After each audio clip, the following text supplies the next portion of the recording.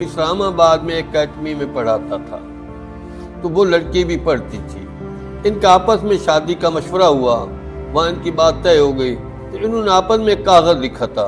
हम आज बिलाल पाशा के घर पे मौजूद हैं और आपको उनकी इंस्पिरेशनल स्टोरी जो है वो उनके वालिद से सुनवाएंगे, किस तरह वो बड़े हुए, किस तरह उन्होंने एफर्ट की और वो इतने अच्छे लेवल पे कैसे पहुंचे। ये यहाँ का रहने वाला था, इस आबादी का नाम है कैसर टाउन, यहाँ ही पैदा हुआ।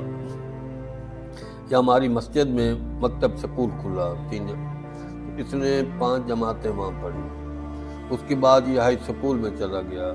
हाई स्कूल में इसने मैट्रिक की। मैट्रिक के बाद फिर जो है ना, ये मुल्तान बन मुहसिन कॉलेज पे ये दाखिल हुआ।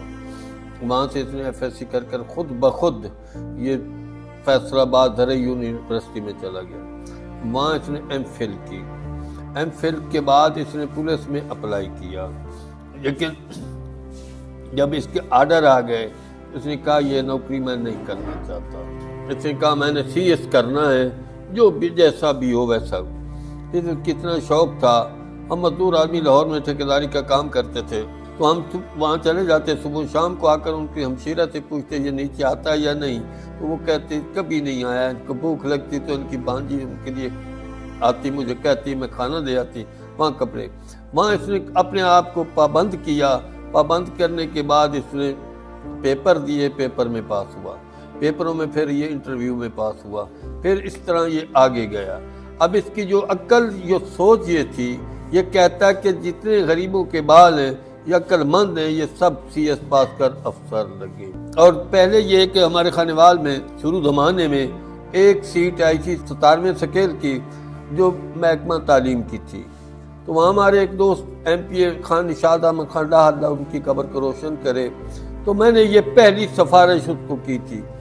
उसने मुझे कहा ये मेरिट पे काम हो रहा है, 1 आधे नंबर का फ़र्क होगा तो हो जाएगा, वरना ज़्यादा नहीं हो सकता। जब वहाँ लड़कों ने इंटरव्यू दिया तो इनके थे 67 नंबर, बाकी जो दूसरे नंबर पे आया उसके 65 नंबर थे। तो फिर वो अपनी नौकरी पे लग गया।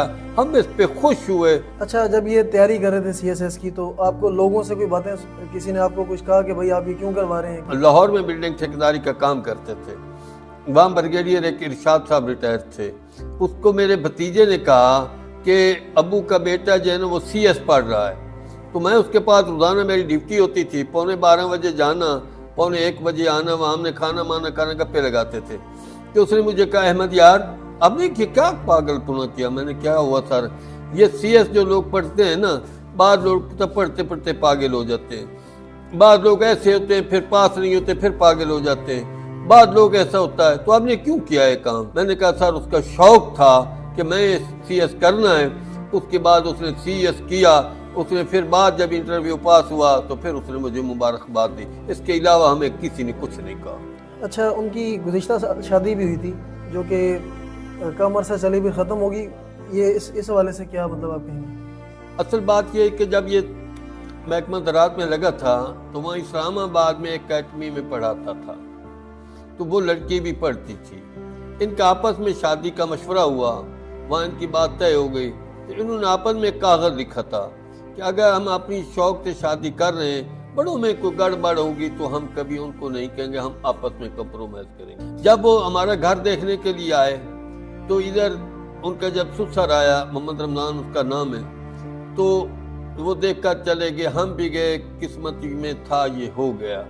उसके बाद अलहदगी होगी, इसके आगे क्या कह सकते, किसी के बोतान लगाने की क्या जरूरत। हमारे साथ बिलाल पाशा के दोस्त मौजूद हैं जो कि उनके बेस्ट फ्रेंड्स थे। उनकी ज़िंदगी के हवाले से, उनकी नेचर के हवाले से इनसे जानेंगे। बिलाल पाशा जिस तरह मेरे साथ वो बचपन से अब तक इकट्ठे रहे हैं, तो बिलाल भाई की जो है ना एक बात मुझे बहुत अच्छी लगी है। जब वो अफसर बने हैं ना, उसके बाद उन्होंने ना मुझे उसका मल्टीप्लाई 11 में प्यार दिया है। तो वो तो मतलब मैं उसके अल्फाज भी बयान नहीं कर सकता जहाँ जहाँ पे उसने मेरा जिक्र नहीं किया।